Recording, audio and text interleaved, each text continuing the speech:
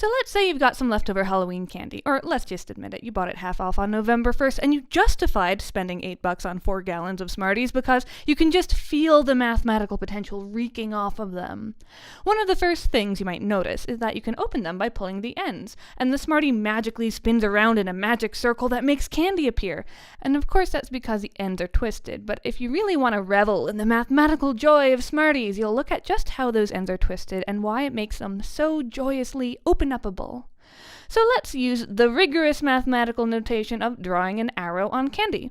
One side twists clockwise, the other side twists counterclockwise, and yet both arrows point in the same direction, and when you pull the ends, the opposite twists unravel in perfect symmetric harmony. Clockwise is the mirror image of counterclockwise, and the whole thing is just deliciously beautiful.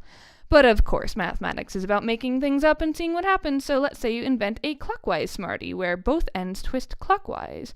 And when you pull the ends, well, the Smartie doesn't know which way to twist, it's just kind of stuck. And of course you could make a counterclockwise Smartie that still has the same problem, or, as a mathematician would say, it maintains the property of unopen-upability.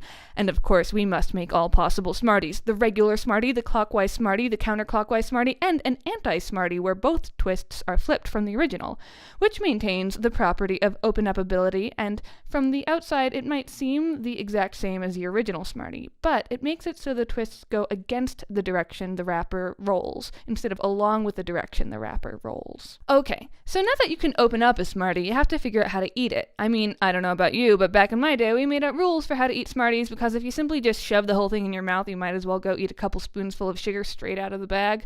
So one rule we had was, for different power-ups, the different color Smartie bits could give you based on the rarity of the color. If you go ahead and make a bar graph of the different colors, you can see that pink is the most common, with 6 entire Smartie bits, whereas this purpley color is the rarest, most special, magical Smartie bit color, and I'm just going to make sure these add to 15 so I know I didn't lose any off the side of my notebook. Okay, let's try another Smartie. This one has 6 of the rare special purpley bits, so did we get super lucky, or maybe they're more common than we thought? And apparently there's white Smartie bits, which we didn't get before, and what if there's another color that we haven't seen yet? So if someone can rope their math class into doing a statistical analysis of Smartie colors, I'd appreciate it. Anyway, one of the Smartie eating rules that I use is that you must eat 3 at a time in sandwich form, meaning they must be stacked and the top and bottom must be the same color. Sometimes you can find natural sandwiches in your Smartie pack, meaning 3 Smartie bits in correct sandwich arrangement straight out of the wrapper. I like to eat those first and then see if I can finish the pack eating sandwiches only. And I usually can, so that's 5 sandwiches per pack, although I wonder whether it's always possible, or what if there were 5 or 7 colors? And how would you prove it's always possible if Smarties only had 2 or 3 colors? And if the middle has to be a different color than the outside pair, then that changes everything. Okay, time to make shapes! Here is my Smarty friend, Smarty friend, Smarty friend, my Smarty friend has a Smarty friend, blah blah blah blah blah, Smarty friend. It would be nice if you could just twist the ends together to connect Smarties, and it doesn't quite hold, but it can make the glue look better and get in there better, and of course, since some twist clockwise and some twist counterclockwise, you've got to make the ends match up correctly. But for a triangle, if this end is clockwise, this has to be clockwise, and so the other ends have to be... Why does counterclockwise also start with C? Let's do W for widdershins, which means clockwise and is one of many words to remind us words are made up by people. But then to match the widdershins ends, both ends of this Smartie have to go widdershins, and that's not how real Smarties go. Whereas if they were arranged more square-like, then the ends can match up in a twistically correct manner. And if each twist connection has to be either clockwise flavor or widdershins flavor, then really we're asking a good old-fashioned graph theory question about the two-colorability of vertices. More shapes! We can make a twistically correct square, and a twistically correct cube should be possible. Oh, but the corners aren't rigid, so the squares flop.